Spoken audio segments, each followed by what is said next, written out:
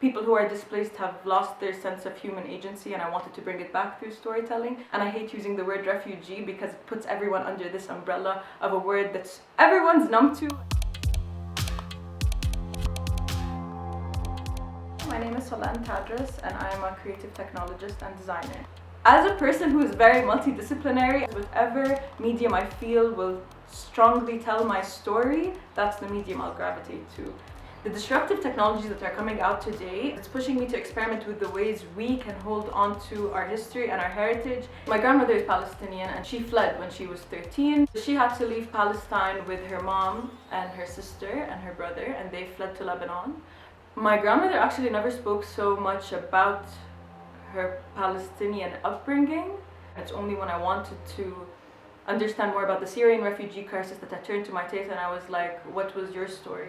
I asked her to please illustrate as best as she could her memory of her childhood bedroom in Haifa, Palestine. And I tried my best to translate this illustration into a VR experience, to try to take her back to what she had to leave behind and illustrate to all of these people in New York that I'd be showing this project to, that behind the word refugee there is a story, there was a childhood that was left behind.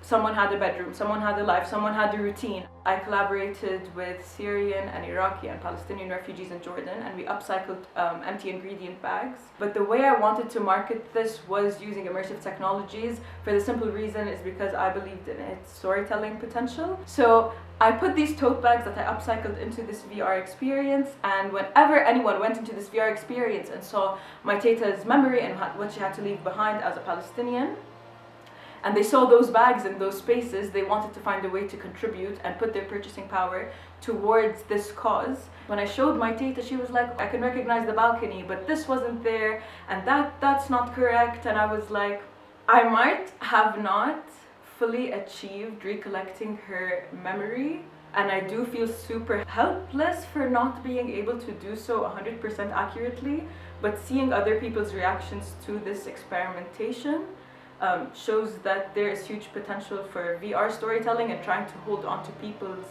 memories using this medium.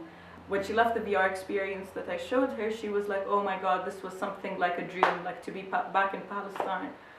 But it sucks that even with all of this, even with like our artists and our capabilities and our potential, we can't ever bring those memories back to someone or take them back to their place. Or it's so crazy to know that this struggle is still happening and it's still going on and people are still living through this ever since 1948 until now. I couldn't take the doll because we didn't have any place except two luggage containers to put our clothes only. We could not take anything else. I'm lucky enough to know how to share stories using this type of technology. I find it a huge privilege that I have been able to be educated and be exposed to these types of technologies because it holds a power that many other technologies don't.